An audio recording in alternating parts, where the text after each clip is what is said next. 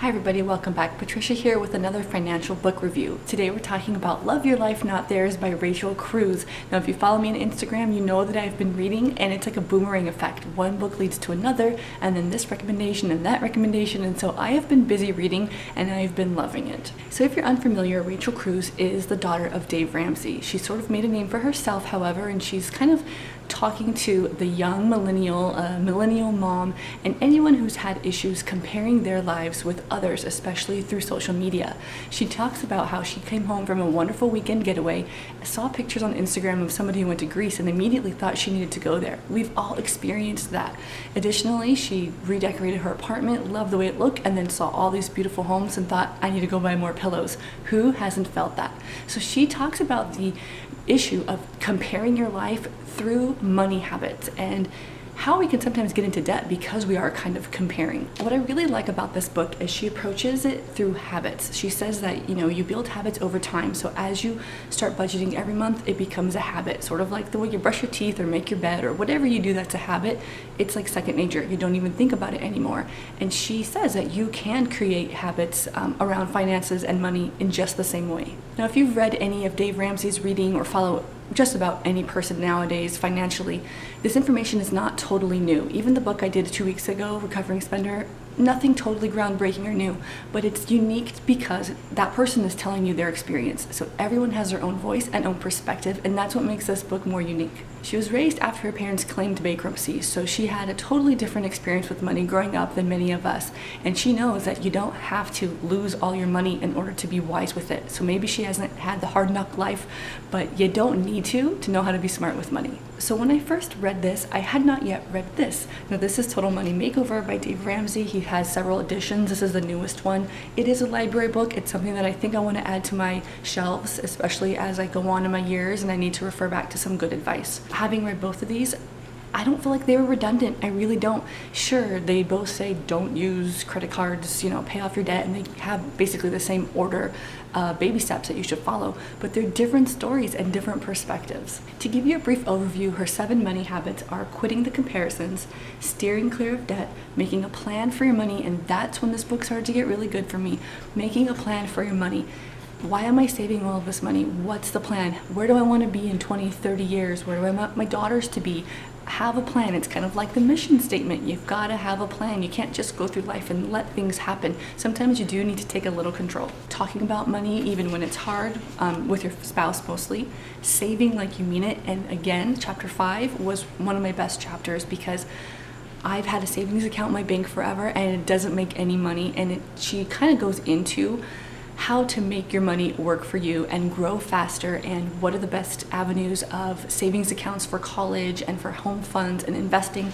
And this is what I mean, it's a boomerang effect. It led me to check out this book from the library. I just brought this home a few hours ago, so I have not cracked it open yet. It's pretty new. It's called Retire Inspired.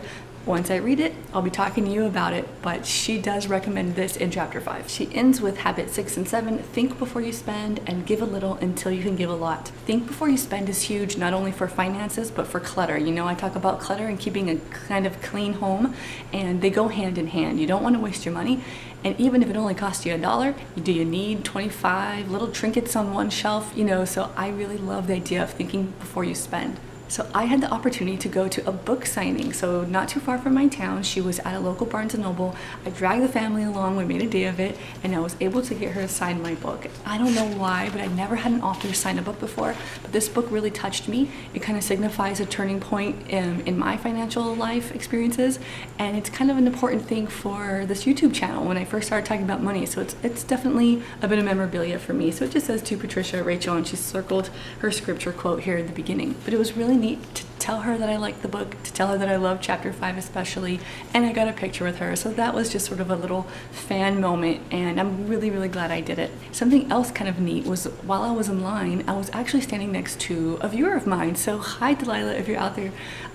We just ended up talking, and then she said I looked familiar. I mentioned YouTube, and we put two and two together, and she was the best conversation. It was so good to just have a moment away from my family, to kind of just remember who I am, independently of my children and my husband, and have a good conversation. I got to meet her son, who was like exactly my former student, like a 7th grade kid, totally sweet boy, and it was fun. It was overall a really fun night. So now I not only love the book, but I love my experience around getting her signature for the book. So to be honest, I do appreciate Dave Ramsey, but sometimes he comes on a little strong for me, and I do need that at time to time. We all need a slap in the face, kick in the butt, and to like really hear the truth. She's a little more gentle. She's a lot more relatable. She's a woman. She's a millennial mom, you know, she has a daughter. She likes clothing. She has a clothing budget every month. She doesn't do the envelope system. She does a clip system. So she's kind of made a life for herself within her Ramsey upbringing, and I totally appreciate that. If you didn't know, Rachel Cruze also has a YouTube channel and a website and lots of other stuff, so I'll link a lot of things below if you're interested in hearing more from her. So this signature book is my copy, but I do know there are a lot of giveaways going on Rachel Cruze's Instagram, as well as some YouTube channels here. So I'm going to link you to some open giveaways that are going on as we speak if you want a chance to win the book. Otherwise, I will link it from Amazon in the About section below. I don't think it's a bad idea or a waste of time to read several books on the same topic. Read this one. Read this one, read Recovering Spender, read them all, because I believe you are the company you keep. The more you hear something, the more you're likely to do it. That's why I always caution against watching too many haul videos on YouTube, because you're just going to go on a shop.